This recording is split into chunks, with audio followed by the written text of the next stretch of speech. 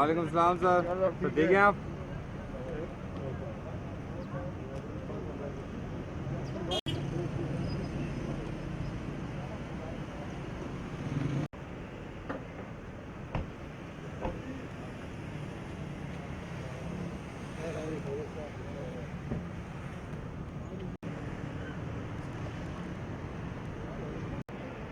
Panel میرا professional ہے، یہ آپ کو پتہ ہی ہے. نہیں ووٹ نہیں پانا میں یار. مغل صاحب نے ووٹ نہیں دینے لگے ہیں. جڑا سرکل ہے بنتے ہیں اب کہاں نہیں ہوتے.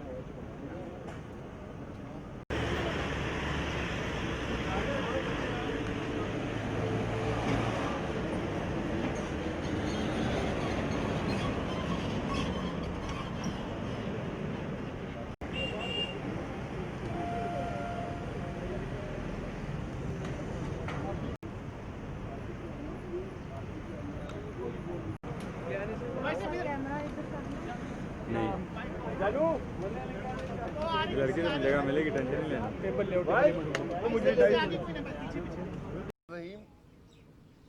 آج 2 سال اور 2 مہینے ہو گئے ابھی تک. آج ریفرنس کی کاپیاں ملی ہیں. یہ انصاف کا نظام آپ کے سامنے ہے. اور احسن اقبال صاحب کا کیس بھی ابھی خود بیان کریں گے. میرا ایک کیس یہاں پہ ہے، ایک کراچی میں ہے. اور کراچی میں جو بیل کی کنفرمیشن تھی اس موقع پر ہائی کورٹ کے ججز نے جو فیصلہ دیا ہے وہ بھی شاید آپ کے پاس ہو. میرا خیال ہے کہ اس فیصلے کو پڑھنے کے بعد یہ جو نیب کر رہا ہے اس کی حقیقت پورے پاکستان پر واضح تو ہو گئی ہے، لیکن نیب پر واضح نہیں ہوئی.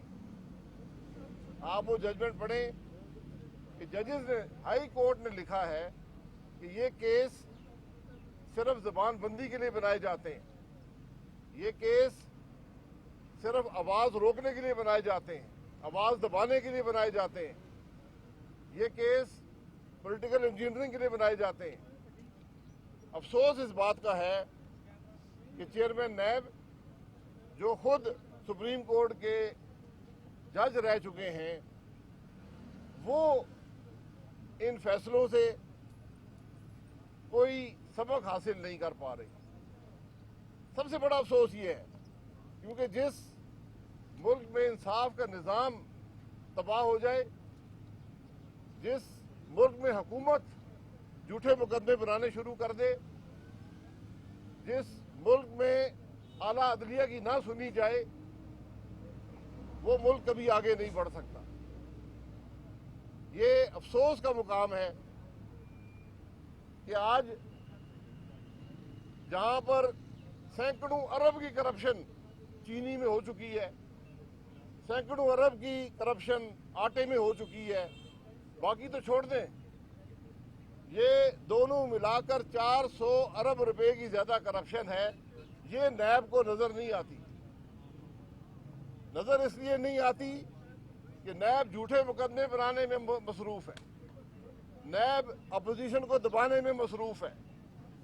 آج شہباز شریف صاحب کی پیشی ہے، آج احسن اقبال صاحب کی پیشی ہے، آج میری پیشی ہے، اور ہمیں پورا یقین ہے کہ اے پی سی کے انعقاد کے بعد ساری اپوزیشن ہی یا نیب کے دفتروں کے چکر لگا رہی ہوگی یا عدالتوں میں کھڑی ہوگی، کیونکہ آج حکومت خائف ہے. حکومت خائف ہے. اپوزیشن کی جو سپورٹ عوام میں ہے، جو عوام تنگ ہیں، جو پریشان ہیں، جو ملک کے اندر تباہی ہوئی ہے معیشت کی، آج اس سے ٹینشن ہٹانے کے لیے یہ جھوٹے مقدمے بنائے جاتے ہیں جن کا کوئی سر یا پیر نہیں ہے. ہم تو کہتے ہیں کہ نیب کی تفتیش کے دوران بھی کیمرے لگائیں اور نیب کے عدالت میں بھی کیمرہ لگائیں تاکہ پاکستان کے عوام کو پتہ چل سکے کہ اس نیب کی حقیقت کیا ہے. اور یہ پاکستان مسلم لیگ نون کی کامیابی ہے کہ آج